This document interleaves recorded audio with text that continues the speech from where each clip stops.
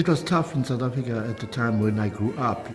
Black people were not supposed to play music. They were supposed to go and work in the mines. And they didn't believe that black people could even compose and play anything. The regime in South Africa made it impossible. They did everything to make it impossible for us. Not just as musicians, but as human beings. They had to run and suffer under apartheid. They were extraordinary people.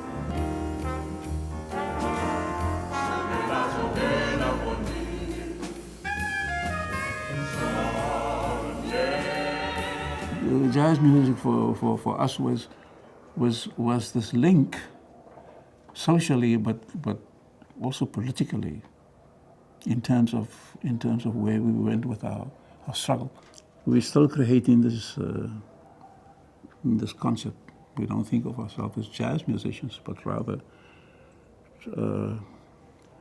to serve as a mirror for people and ourselves. In the beginning, clubs were unheard of, and we would perform in our own backyards, and halls, and it was very difficult for us to kind of spread into towns and things like this. Only white people were supposed to play in towns, and if we had the luck of playing in town, then maybe we would be playing behind the curtain and things like this, and it was forbidden actually for us as black people to participate in any form of music, because they thought that music was for them and not for black people. The African people are realizing that apartheid means nothing else but oppression and exploitation to them. If the people were so contented, surely it wouldn't be necessary to have so many agents watching over them. They tried to discourage music in our society. Music was born with us, you see. This is one of the things that they frustrated us about in South Africa.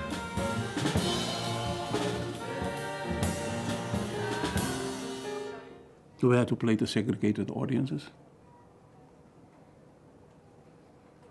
We were arrested overnight, thrown in jail for playing the music. At one point, they even told me they told me who I should play with, what race group I should play with. And then they passed a law that whenever I had a concert, I had to go to the local magistrate and get a permit of who was going to play in the band. They will be stopped at stations. They will be stopped as they visit one another in the locations. And if they haven't got those passes, they will be immediately arrested and brought before the court. We would play with Chris, and Chris would be playing behind the curtain, and if we had to go for just a pleasure time into our location, so Chris would pull up his cap like that and put some black polish to be allowed to be with us. The record companies were controlled by white people. So if you go to a record company, they will always tell you what you must play. Because their overview was that we don't understand the market. So they would manipulate it.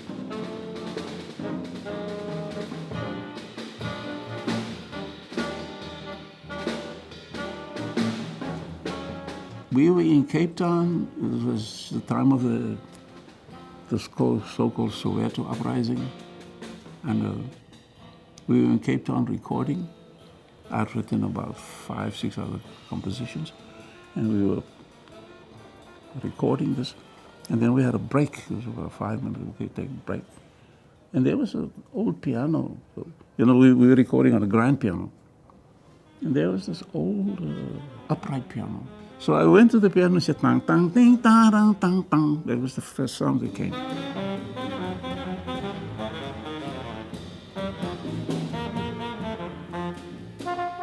We listened to the playback, we realized that we had captured the mood of the people at that time.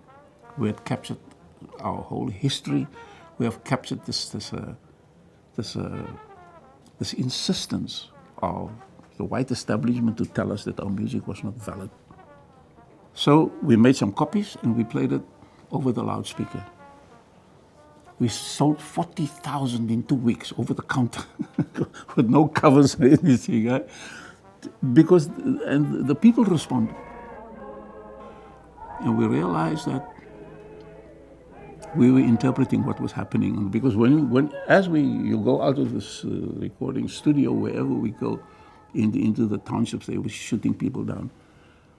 Our relatives, our friends, our family. I mean, physically, you were shot down.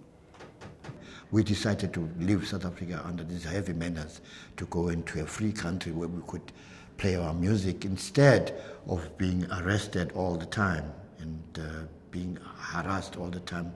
You know, we came over here to kind of like preserve the music that they were trying to kill.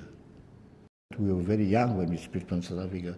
We were really, really under our parents' guidances and things like that. You know, like when we split from South Africa, we split from our mothers, from our fathers, from our families, you know, out here in the cold, you know, and it was very difficult to adjust.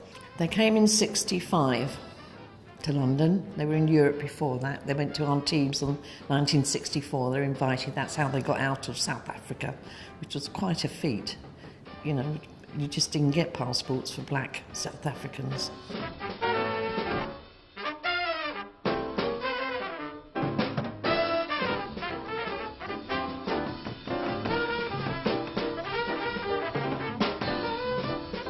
In South Africa, you see, we would play for an audience, you know, that would be riding bicycles in the hall, you know, and people kissing each other and making love and chasing each other and proposing each other and fighting sometimes, you know, and making a noise. But when we came here, it was all quiet, you know. And you clap when we stop playing, you know, and things like this. But then the difficulty of trying to please the audience in Europe, which is like different from the audience in South Africa. In South Africa, you just play one note, they scream, you know, like, wow, yeah, right on, you know, and things. So when we came here, it was like, we could, you know, like both hands free, you know, like freedom made sense.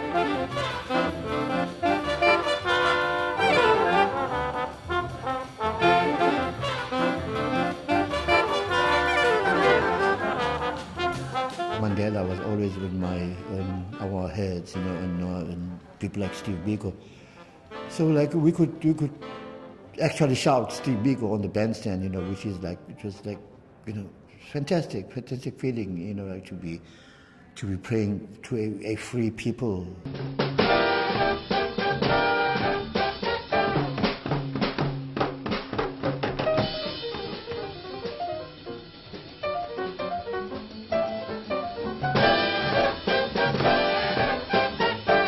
I would describe their style as purely African jazz, pure African jazz. If you get amongst a group of South Africans and they're talking their different languages, it's like you're in the middle of a band. It's so musical and rhythmic.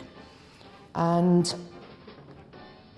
I think, you know, it's developed from there. Of course, they had influences from outside and everything, but they developed their own, they interpreted it in their own way. And it has such life, such joy in it. There isn't a musician around, I wouldn't think, who isn't influenced by that.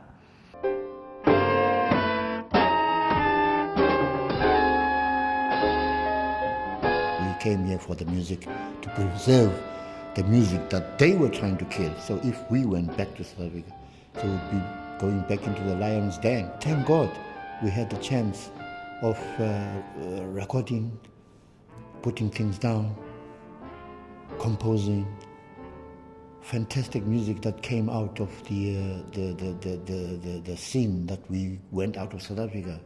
I feel privileged to have been part of the whole musical history with them, and terribly pleased that Ogun managed to lay down some of their music for the future.